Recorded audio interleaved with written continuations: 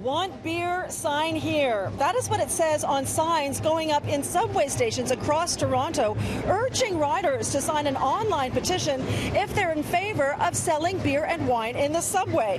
Of the 75 subway stations in the TTC system, 65 of them have small gateway convenience stores, which could potentially mean a lot of beer and wine readily available for commuters, and not everyone is a fan of that idea.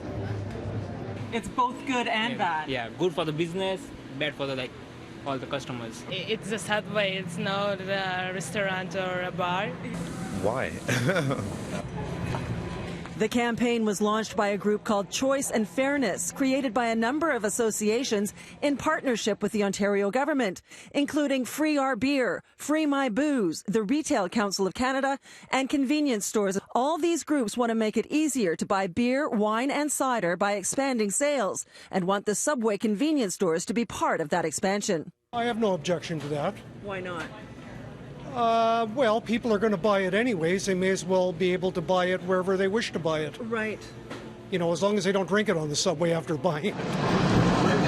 But the head of the TTC union believes that is exactly what will happen. I think it will lead to increased drunkenness in the system, because now they have, whether it be beer or alcohol that they just purchased at a subway station and they're riding on a train, they're going to look around. They're not going to see there's no police on there. There's no special constables. They're just going to crack one open.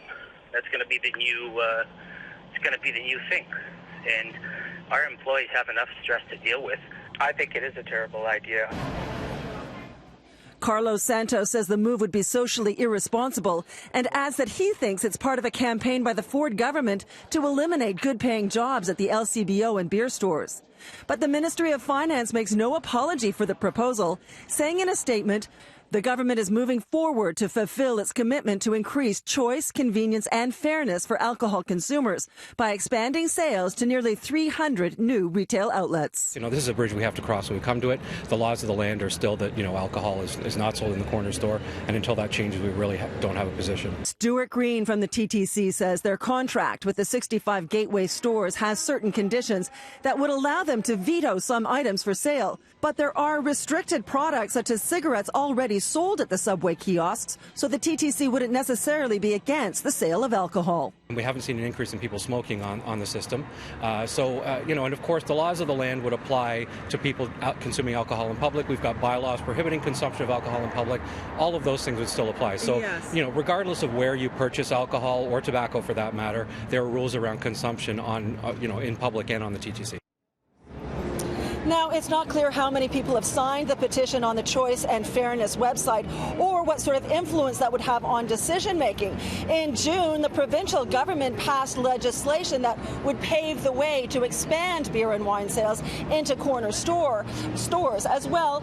It has also announced 87 more grocery stores will be allowed to sell beer, wine and cider starting next month, bringing the total to 450 province-wide.